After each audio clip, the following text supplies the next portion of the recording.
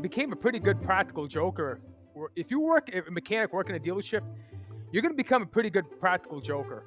That's Chris Rainville, our guest this week on the Jaded Mechanic podcast. This is part 2 of a lengthy conversation between Jeff and Chris. If you want to hear part 1, be sure to listen to last week's episode. But now, back to the conversation. Yeah, it's. I've heard. I was listening to another a YouTube video this morning, and somebody was talking about how, when they were coming up, they tend to be hazed. You know what I mean? Did you go through that? I don't feel I did. Yeah. I just felt like a few of the older guys just they really didn't want to help you. They'd help you if they had to, but no, I didn't feel like I was hazed. I'm sure they laughed at me because I was young and green, but no, and I don't feel like any younger techs that came in, I felt like I hazed them. I didn't feel the job's stressful enough. You don't need to add to it. I actually felt bad for younger guys that would come in knowing what they were going to have to learn and deal with and go through. Mm-hmm. So I felt like, I didn't want to add to the stress of it, Yeah. I can think back to some of the nicknames that I was given early on in my career. And a lot of them are not very flattering, right? And, it's so different now. I mean, like I have a young person I work with, and I nicknamed him Jethro. Yeah. And he has no idea what that means. And it's just like, I mean, his name is Zach, but I call him Jethro. It's probably just as well. Yeah. And it's like, he's a great kid. He's learning, he's doing fine. And, but like they look at it and they kind of give you that look like when you don't call them by your name. And I'm thinking, I can't even repeat on the air what I was referred to for, like, by the boss, not just the other, like that became, you might as well have had that engraved on my shirt. That was my name. Like it wasn't very flattering. I'm not going to repeat it. And then I had a boss that, like, he was, so before the dealership, when I worked at that little shop, everything that you ever did wrong, like your biggest screw up. Now you got me thinking before we came on the air here. Early on, we were doing tie rod ends, inners on an old Intrepid. So that's a style where the bolts up to the rack. Now those suck. Yes, they do. Yeah. And my boss, so we're talking like 2001. Yeah. You could still somehow, instead of buying the whole damn tie rod, buy the bushing and then try to fart around pressing it into the tie rod. So my boss, in all his infinite wisdom, instead of buying it the way as soon as I went to work at the dealers, we did is you got, the inner tie rod, you got the little sleeve, you got your outer tie rod, and that's how you changed it. We went through the whole headache of taking it out of the car to try and piss around with pressing this little $8 bushing in, which it didn't sit in because it was obviously a really cheap aftermarket part that was never going to fit into this rod. So then we finally have to scramble around. We find 2 inner tie rods to put in this car. We get it put in the car, and we go over to the alignment rack, which the alignment machine didn't really work that well. I think it was one of the last alignments we did on it. And he's like, okay, so, and that one, when you're trying to heat up that sleeve to adjust the tie rod, because of course we reused the sleeve, we reused the, outer tie rod. We didn't clean anything before we put it together. Well, of course we had to get it hot in there, and I caught part of the wiring harness on fire because the conduit just, like, you got the torch right there heating up the sleeve, and caught the conduit on fire. And by the time I could get over the scrap metal that was piled up in front of the fire extinguisher to hit it with it, we'd burned quite a few of the wires. Enough wires that it took my coworker, my mentor, the next day to piece that harness back together, one wire at a time, with like pieces of scrap wire they had. So when you're asking me, that was one of my bigger screw ups. But my nickname now for him, if he was to see me tomorrow, is he calls me Flamo. I don't think that's that bad. No, it's not that bad. Yeah. But I mean, it's just like the fact that, like, I saw him 3 years ago.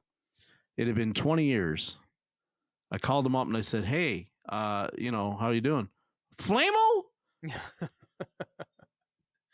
And I'm like, you jerk of an old man, you. How are you doing? Right? Like it's just Yeah. so when I see the young kids now,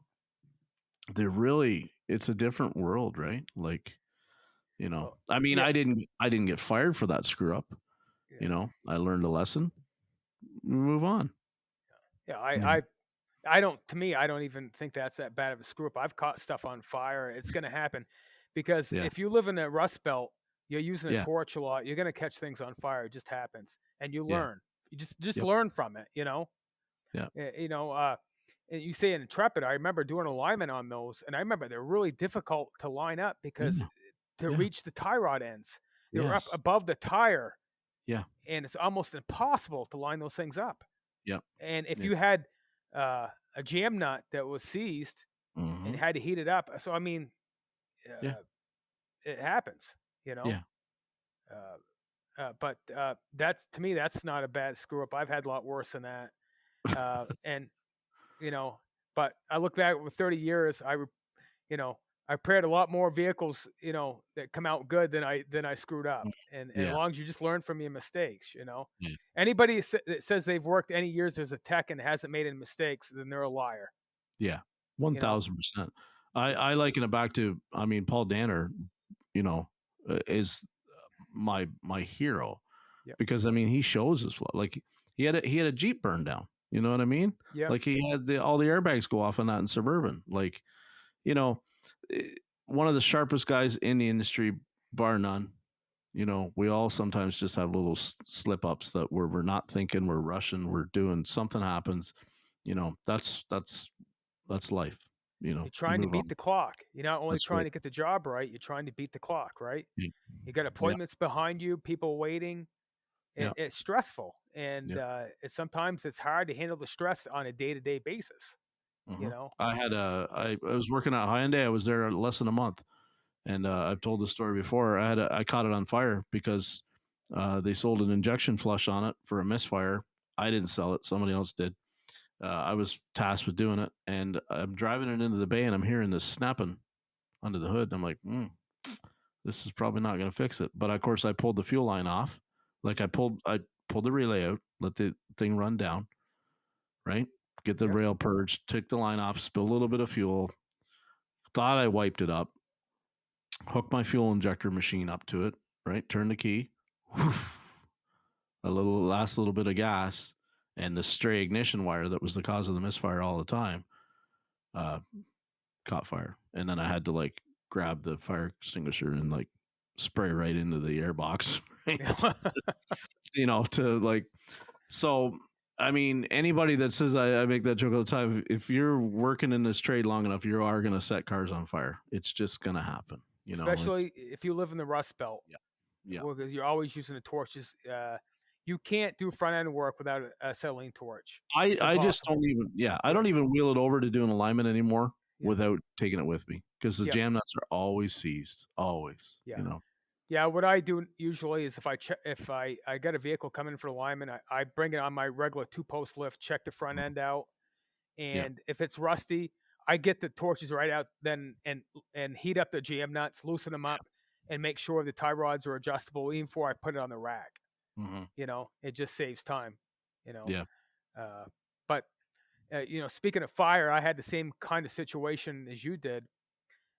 Early when I started the dealership and I was just doing front end work and alignments, uh, I had changed the gas tank on I think it was I don't even remember now.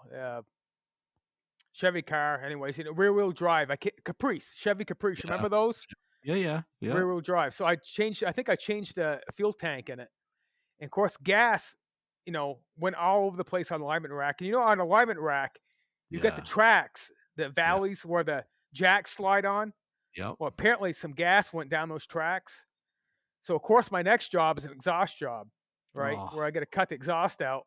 So I just remember, you know, uh, I was cutting exhaust, and next thing I look, my buddy Albie is behind me with a fire extinguisher putting out the alignment rack. Both tracks had a lot of fire going down both ways of the alignment rack. never even knew they were on fire, only because he was putting them out with the. So I just kept working. Oh, he's got that under control. I just kept cutting the exhaust off. I worked in a shop that was known for doing leaf springs, local here in town, and they brought in more than one old Chevy truck with to do leaf springs in the back or add a leaf, whatever we wanted to do, whatever we had to do. And if anyone's ever done that, you don't even bother to take the U-bolts off the leaf shackles, right? You just cut them off with a torch.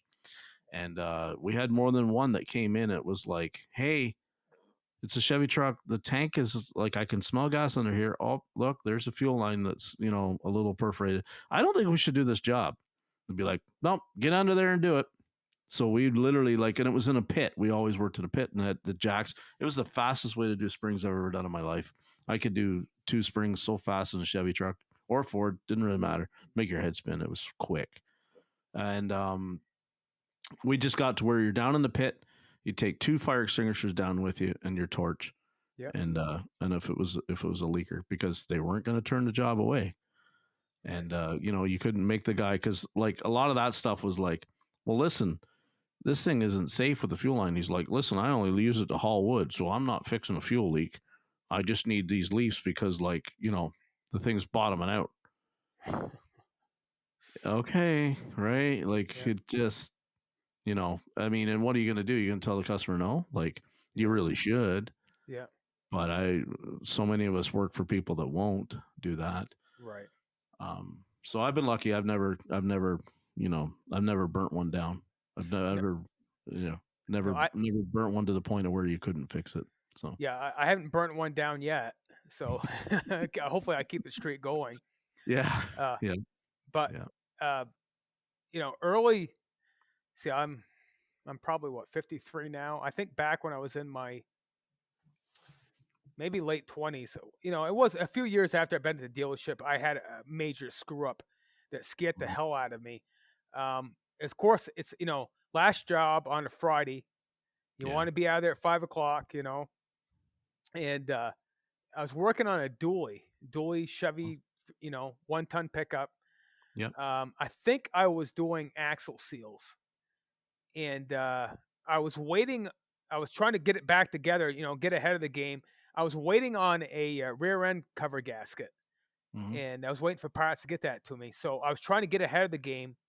So of course, the axle seals are all changed. So trying to get ahead of the game, I put the axles back in, and I put the horse collar clips back in.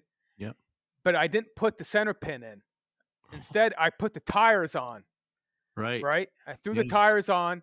Yeah. And then finally the gasket shows up. So I put the center pin in, put it all together, and I go to road test it. And I'm going down the road, and I get to a 4-way, you got traffic going, well, no, it's a 3-way. I'm sorry. 3 directions. And it's right near the IGA store. I go to turn in. I happen to look out my rear view mirror, and I can see the wheel sticking out like 3 feet.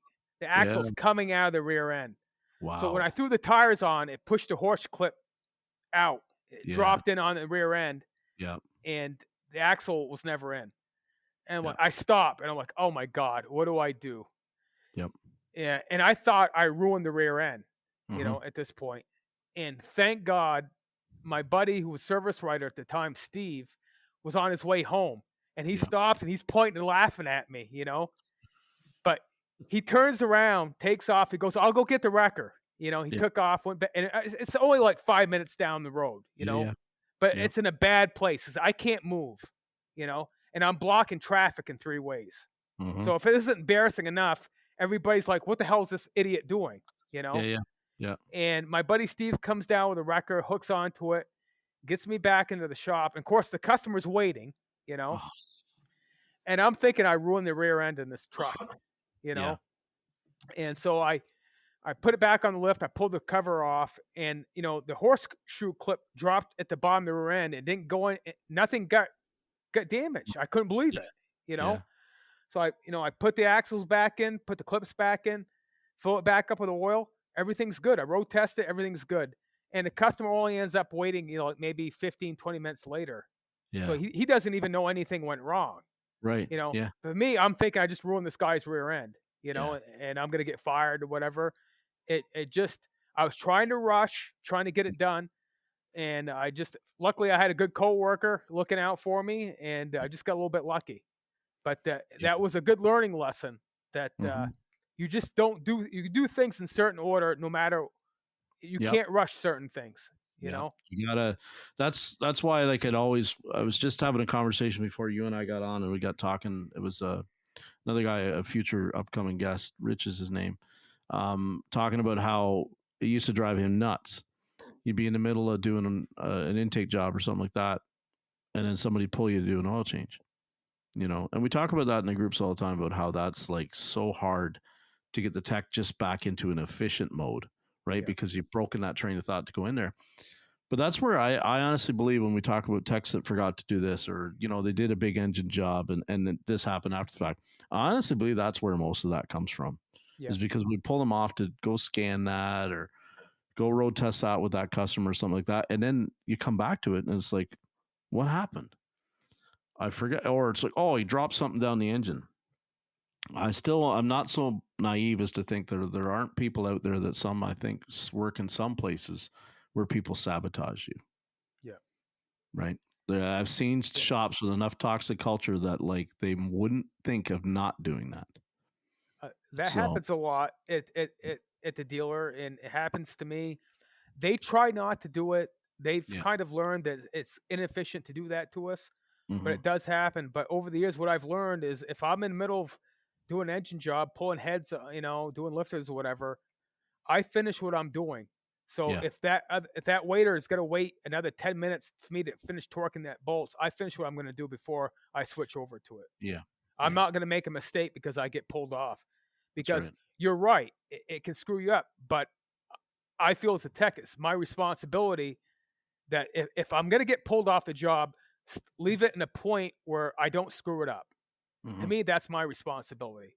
Yeah. You know, but you're right. I mean, it sucks if you're in the middle of a big engine job, uh, or what's even worse if you do an electrical diagnosis, so you're trying to chase down a short Yeah. and you get pulled off, you lose your train of thought. You're looking at the wiring diagram, looking at the circuit, trying to break it down, and then I need this tire fix. And it's like, really, Hmm.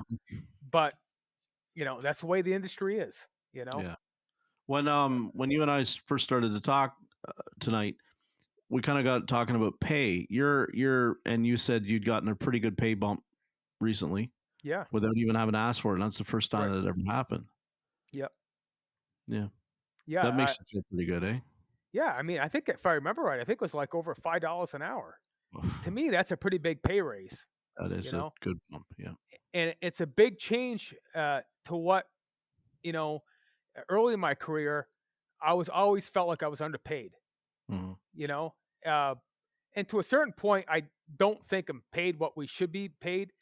But I remember in my 20s and 30s when I was working at the dealership, pulling transmissions, pulling engines, and getting paid $10 an hour. It didn't Yeah. make a whole lot of sense to me. No. You know, uh, and I get to the point, and I look back at it now, and I think maybe the dealership wasn't doing as well as I thought it was, even though we were busy as hell. Right. Putting out work. I mean, we're never not had work. I Mhm. mean, a lot of nights I worked. I remember nights I worked. We get behind on our sales work. Right. Sales cars because we're so busy with customer paid that I remember a few nights they would ask me to work late and be there 8, 9, 10 o'clock at night. Yeah. But I wouldn't say no because it was easy money.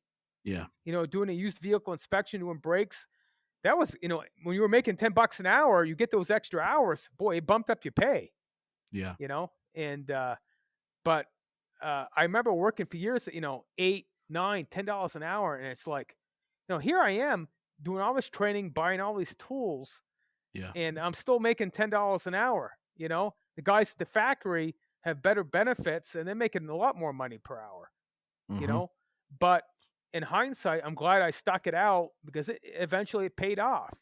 Yeah. You know, uh, And I even left the dealership at one point to work at a GMC dealer in the next town just because I was so frustrated. I couldn't get a raise.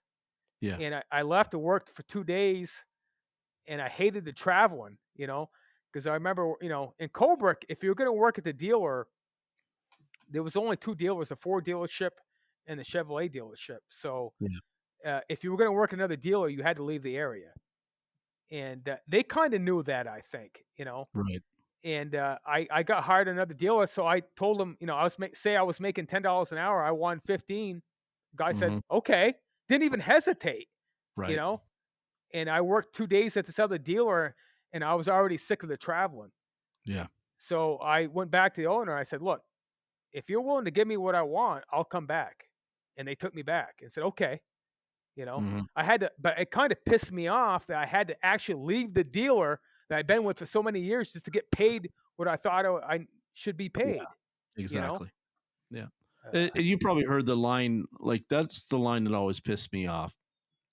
You'd say, well, you need to produce more hours then, right? Or you're just like, over that guy over there, he's killing it, right? Like, he had 60 last week, whatever the number would be, right?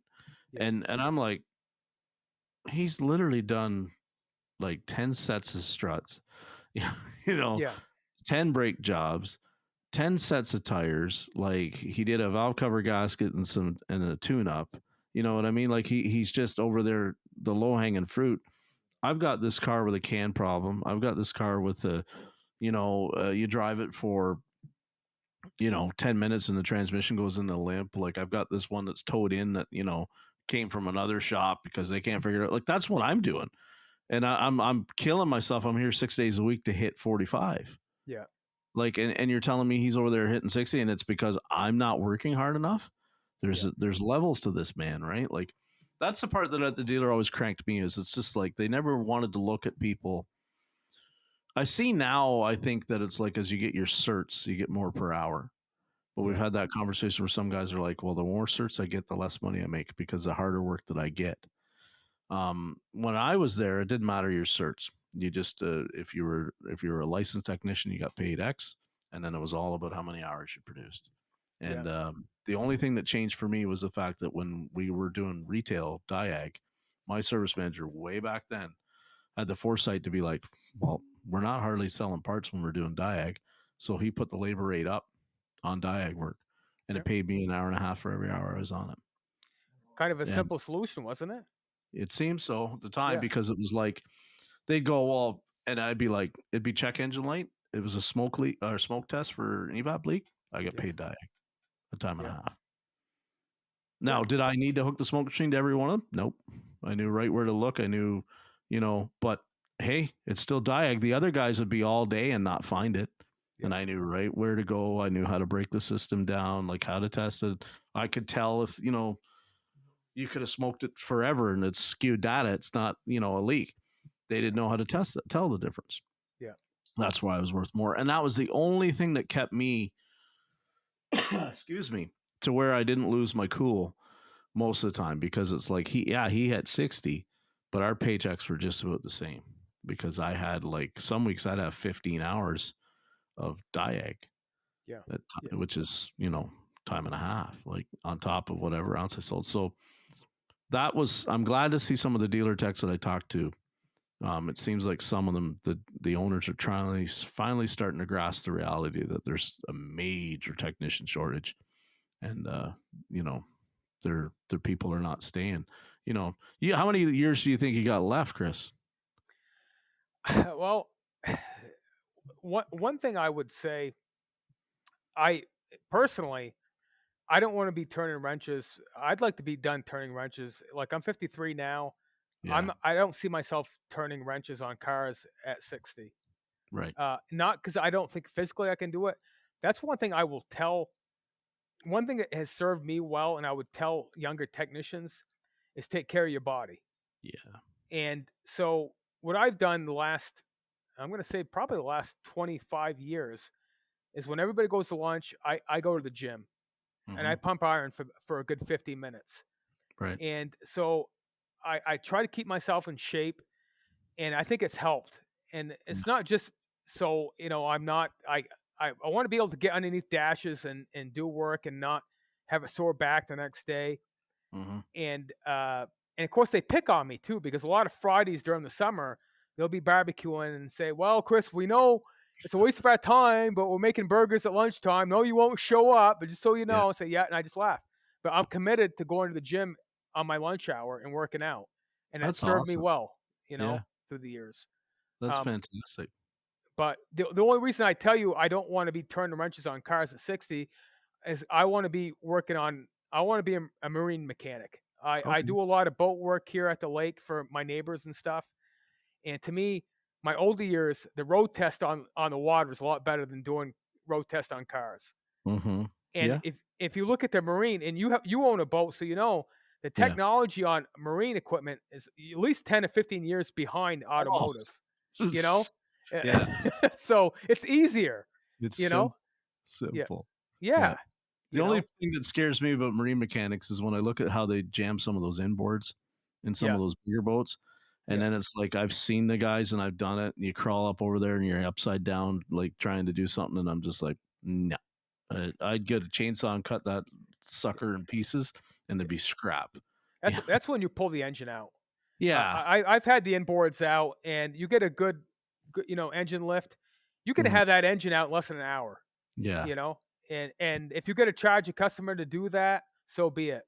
Mhm. I'm like you. I Some of those inboards are hard, like to even like to change a starter. Yeah. Yeah. You're crawling on your head to get Yep. at it.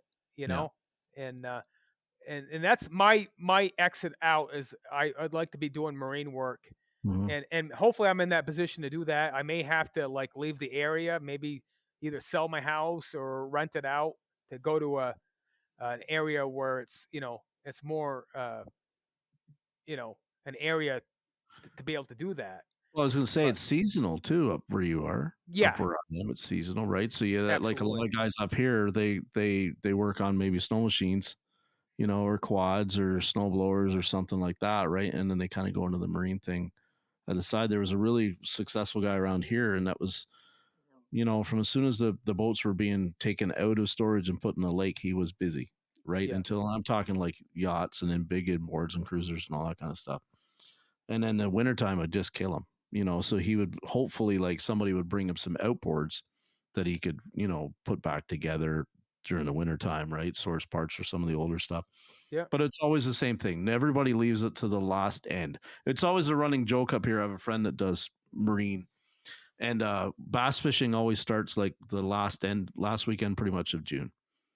And nobody calls him, Mark is his name. Nobody calls Mark in February and says, "Hey, can you get my boat tuned up now?"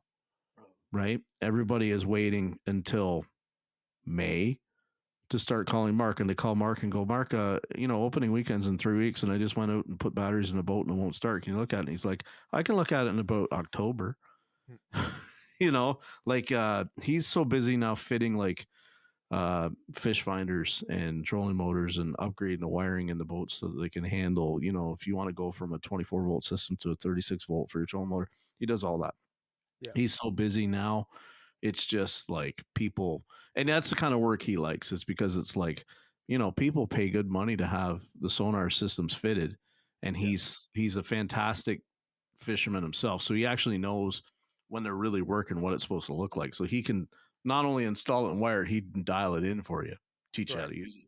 Oh yeah, Um, it's that's been his, because he started as a mechanic just like us, yeah, and then dabbled in some, like he worked on some gen sets and stuff like that, and now that's pretty much his main gig, is just fixing boats for people. And he loves it. He built himself a little shop right on his property. He picks and chooses his clientele. They pay him very well. But I mean, like, he's also like, he's redone transoms in the back of some of the older boats. People get weird about boats, eh?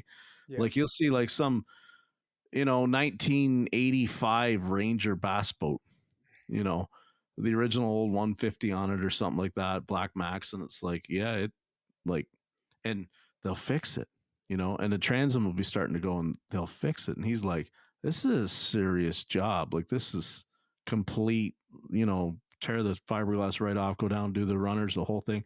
Yep. They pay him. They yeah. fix it. Well, you look at the prices of some of these Yeah. outboards.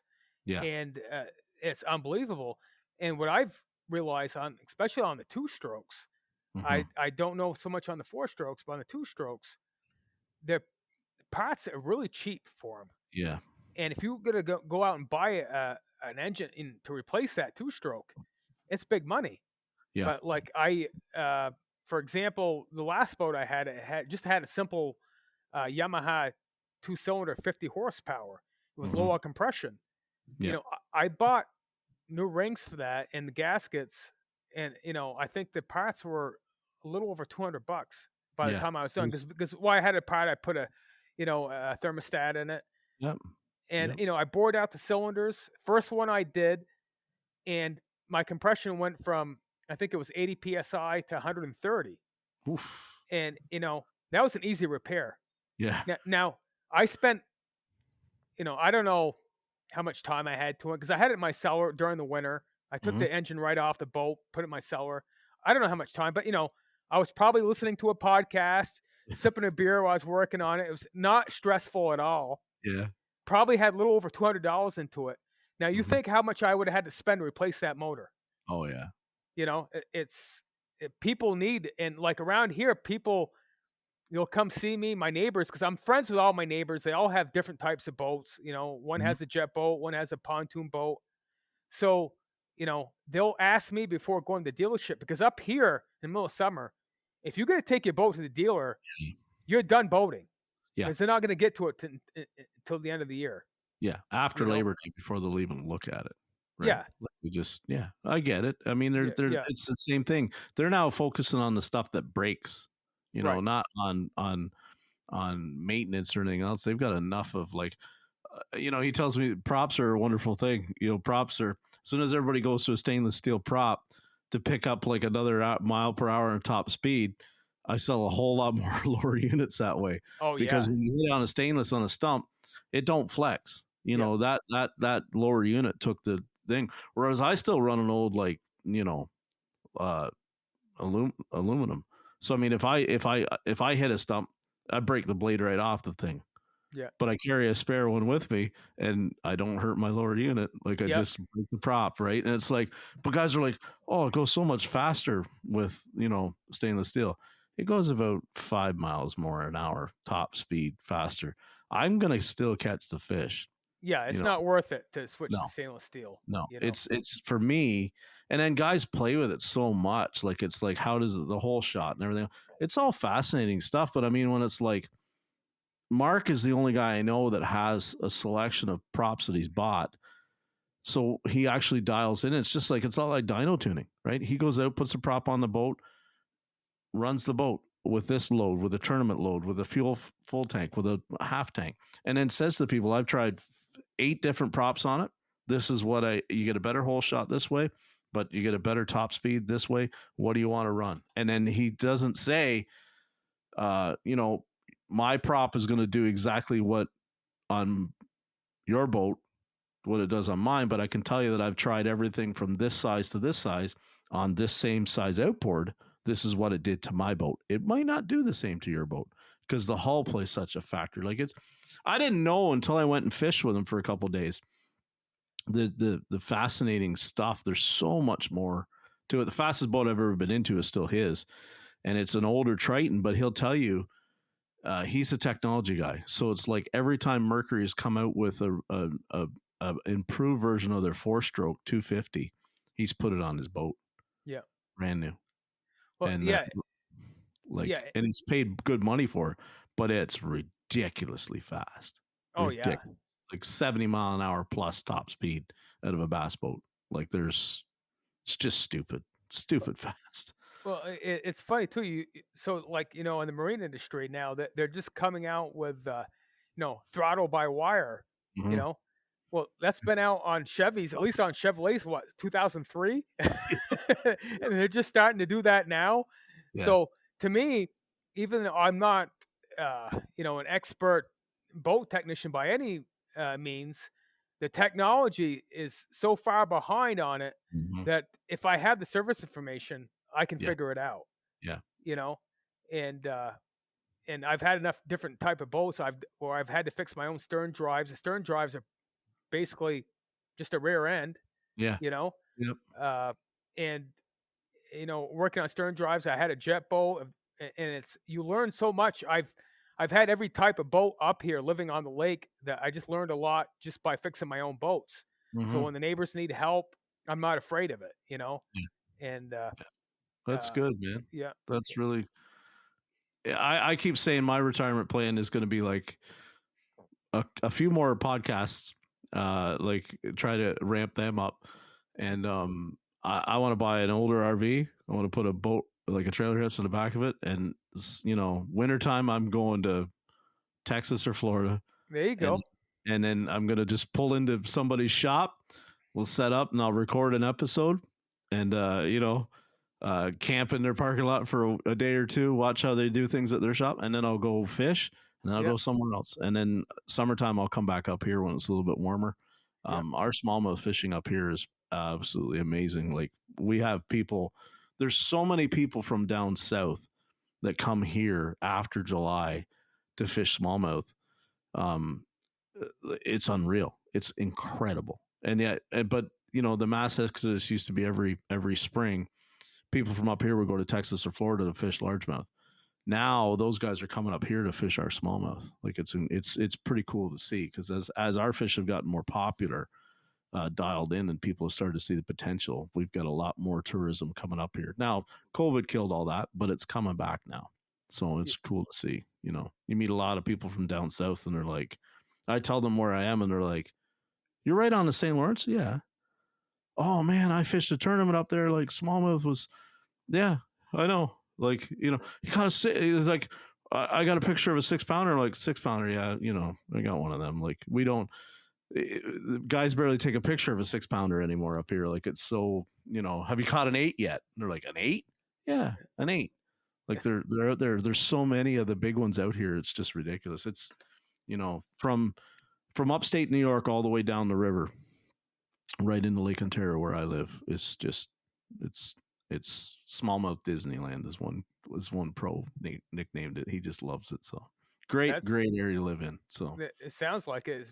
It's a lot like here. I mean, I think we got we got lake bass, I believe, and lake trout, and there's a few other couple other types of fish, I guess, that they find here. And I guess the fish, I know the fishing's good because I have a depth finder on my boat, mm-hmm. and it also is a fish finder. It's a hummingbird. Yeah. And I'll be out there some days and I just see fish. Yeah. Both on the American Canadian side, it's just nonstop. Nonstop. So I know, and that pretty good size too. Yeah. So I know the fishing's good. And this lake here, it's mostly people that fish it are locals. Yeah. Because the public launch isn't that great.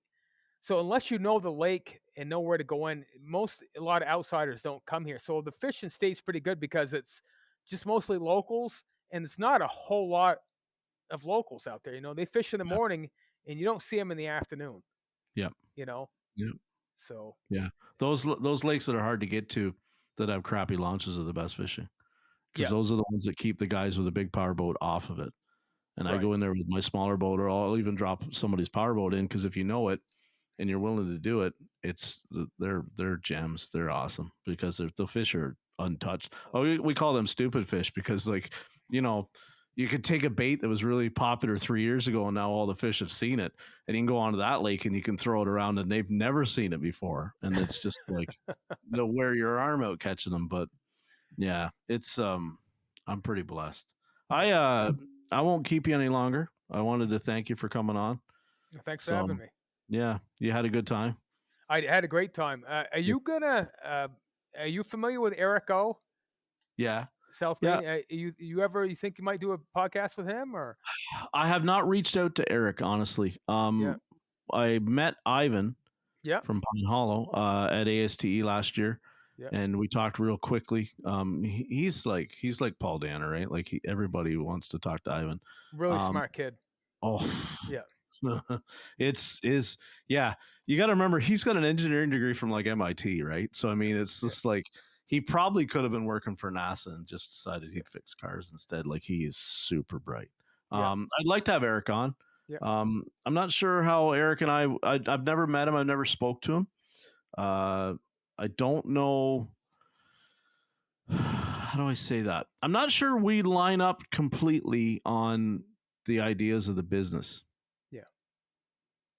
That's what I like. I don't mean any disrespect to him. I just think that he, and I'm not saying he does anything wrong. That's not what I'm trying to say. I just like his business works for him. I'm not sure if his business model would work for somebody that wasn't as absolutely brilliant in problem solving as he is. Yeah. That's the best way I can put it. Yeah. Right. Yeah. I can understand that. So, it's no disrespect. I don't know. I've never talked to the guy. I have same as like every post on the YouTube channel. Somebody keeps saying, you got to interview Keith DeFazio. Got to interview Keith DeFazio. Like, it's not, I'm not lacking for people that want to be on the podcast. You know what I mean? Obviously, right? Like you contact me like, hey, I got some stories I want to tell. Yeah. So it's a situation of I have more guests than I can right now. Trying to fit it all together to coordinate it to get them all recorded is like a job in itself. So that's the beauty of this job that I got now, is because Fridays tend to be, podcast days. Get episodes recorded, get planning for next week, the whole thing. Because when I go to work at 7 in the morning, I come home at 7 at night. I don't stay awake long enough to record anything. Right. It's too the days are too long. So, I guess I would say with Eric, it'd be a different dynamic because he's only worked for his father and himself. Yeah. So it's just a different perspective. Yep. He's not worked for an independent or a dealership. But he seems like a really good guy from what I've seen, a good tech, and just a different perspective. Brilliant tech, and and like I would love, because I see like the one question obviously everyone would want to ask him is like, when you see all the cars that come into your shop that somebody else couldn't fix, does it really make you angry? Because I get the feeling like sometimes he almost lets it slip. You can tell like he's very frustrated. Yeah. So I would love to then hear if you see the problem, right? Yeah. And you know that it's rampant. Well, what do we do to fix that? And then I don't, because everybody will say, well, techs need to train more. Yep. But training's expensive. Yep. And it's costly. Yep. Right? Costly and expensive, two different things. Expensive is like, it's expensive, but costly means you got to pay the guys to do it.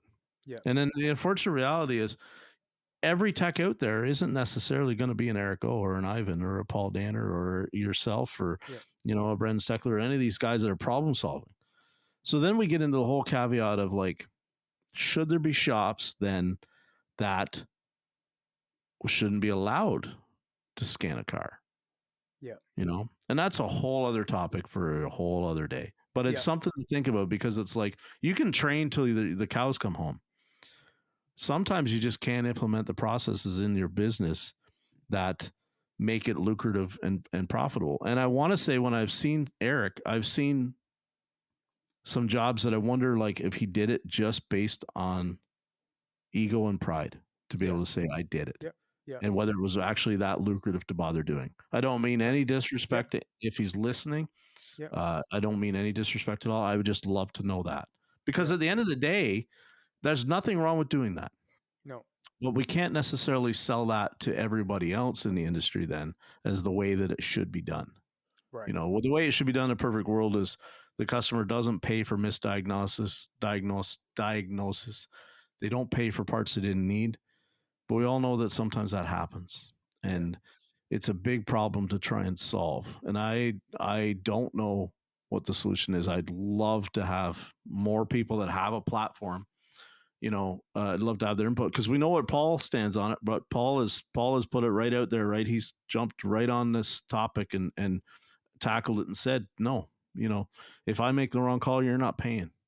Yeah. And, unfortunately, I think most of us aren't there where we can say that, and what is wrong is like I was watching one of his videos the other day, and it was a Chevy truck that had both like a weak fuel pump, a dirty mass airflow sensor, and some injectors that were bad. It was like a 2005 or something with a 6-liter. Like, you get those trucks and you get those vehicles in once in a while, and it does not matter what you do. You're always going to come out on that losing, because if you only change the one thing, the light still comes back on, or the other symptoms still there, and the customer says you're ripped off, or if you go and say, hey, you've got 3 completely different things wrong. Here's all the documentation in the world that shows you got a here's a fuel pump waveform that shows it's crap. Here's some injector, flow tests that shows they're junk. And here's your MAF reading.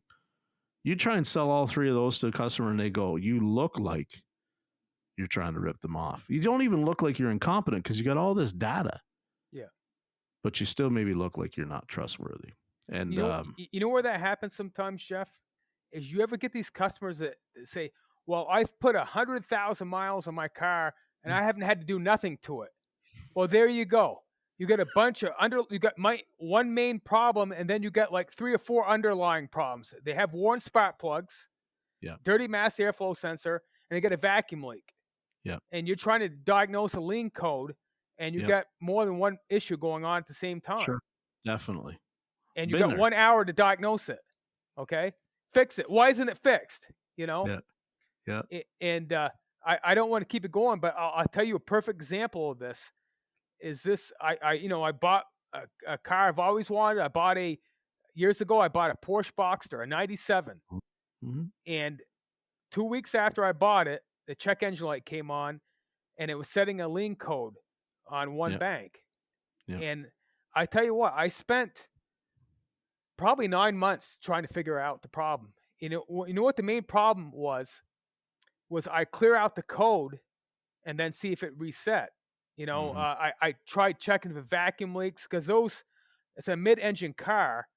Yeah. So to get to the vacuum hoses, it's an ordeal in itself, and I changed a bunch of vacuum hoses that I thought looked kind of iffy or whatever. Smoke tested it, could not find any leaks. And I would drive it. It said, lien code for bank 2, and it would run fine for the most part, but it would run lean enough where it would set the check engine light. And I just went through I couldn't find it. And then luckily one day I went to a concert in Connecticut. It was like 6 hours one way. Mm-hmm. It was a hot day. And I went to start it and it wouldn't start. And I had to step on the gas and it was running rich. And then I looked and I happened to have the scan tool with me and it had a rich code. Well, how can it run lean and run rich? Yep. The main problem I made was I kept clearing the code too quick. I was chasing a lean code for one bank, but if you let it run long enough, it would set a code for both banks. Yeah. So if you're chasing a lean code, it's a totally different situation if you're trying to chase a lean code for one bank instead of 2. Yep. And what it was, and what it ended up being was the evap purge valve was sticking. Mm-hmm. Sometimes it would stick open, sometimes it stick closed. Yep. Very intermittent. Yep.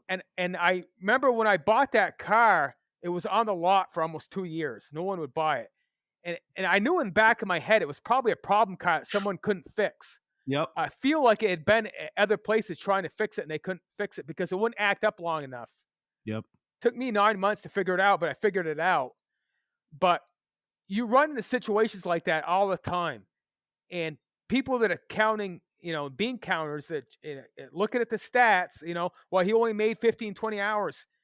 They don't see that crap that you run into. No. Okay. No. And being a GM tech, I'm by no means, expert, Porsche tech. Mm-hmm. I had, but I taught myself as much as I could.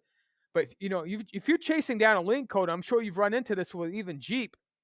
If you have something that doesn't show itself all the time, it can be a nightmare to chase down. Oh, yeah. Intermittents are the worst. And that's the thing. It goes back to, right? Like you got to be able to interpret data because, the code just gives you an idea about what you're facing. The data, you got to be able to interpret it. But if you can't interpret it and it's not acting up, it ain't broke. And that drives people nuts when you say that. But it's the truth. It really is. It's not broke right then. So what, I'm going to abandon the process and you tell me, because you're the one with the money, what do you want me to try first? And sometimes we try and we have to try. I've had it more than once. My boss has handed me a part and said, here, I scanned this in the parking lot the other day. It's not happening right now. It's intermittent, but I've already pitched the customer on this, that we're going to put that in. And I don't see that car come back, so I don't know whether it fixed it or not. I don't even care. Yeah. I'm doing what I'm instructed to do. When you mention the 100,000 kilometer thing, and somebody says to me, well, I've got 100,000 kilometers, never had to do anything. My rhetorical answer back to them is congratulations. You did exactly what the OEs expected. It worked perfectly for you. This is when they now want you to trade it. Yeah. So would you like to trade it or would you like to fix it? It's as simple as that. I keep it very simple, and I'm not even selling, but it's the same conversation. The car is not going to require less repairs as it gets on in mileage and age. It's going to require more. So if you're not invested in that, let's collect my diag for inspecting this thing today, and have a nice day and good luck with your purchase. Yeah. If you're going to accept that this thing is going to start to wear and require more love, let's have a great relationship moving forward, and let's get on the process together. So, and they don't like to hear it always that way, but I mean, that's an embellished, polite way of sometimes how I've had the conversations in the past, but it's what has to happen, right? Right. I mean, people, they don't worry. The problem is when a vehicle's under warranty, they don't worry too much about the maintenance because they figure it'll be covered. It's covered. But these manufacturers know how much these systems will last. They know they'll make it out of warranty for most part. Definitely. So if a customer doesn't want to do the maintenance when the vehicle's fairly new, they're certainly not going to want to spend the money when it's out of warranty. No. And they don't care no matter what they say about the second owner of the car. They only care about the first owner. Yeah. Right. And that's, they'll tell you that, no, because if you're a GM, it doesn't matter. If you're a GM driver, you're a GM customer. Nope, I don't swallow that nonsense for a minute, because you might have just bought that based on you like the color of it. You don't know jack about GM, and you bought it, and that's cool. But they're so focused on selling that new car to somebody that they're not too focused about how it is for you to fix it after the fact. If it doesn't cost them anything, it doesn't cost them anything. If it wasn't recalled, if it wasn't extended warrantied out, if it wasn't under the base warranty, they don't give a crap. Yeah. They're just focused on selling the new one, and good on them. That's what their job is. So anyway, I appreciate you. We'll have you on again. Yeah, that'd be great. All right, man. Yeah. I got more stories next time. Hey, if you could do me a favor real quick and comment on, and share this episode, I'd really appreciate it. And please, most importantly, set the podcast to automatically download every Tuesday morning. As always, I'd like to thank our amazing guests for their perspectives and expertise, and I hope that you'll please join us again next week on this journey of change. Thank you to my partners in the ASA group and to the Changing the Industry podcast. Remember what I always say, in this industry, you get what you pay for. Here's hoping everyone finds their missing 10 millimeter, and we'll see you all again next time.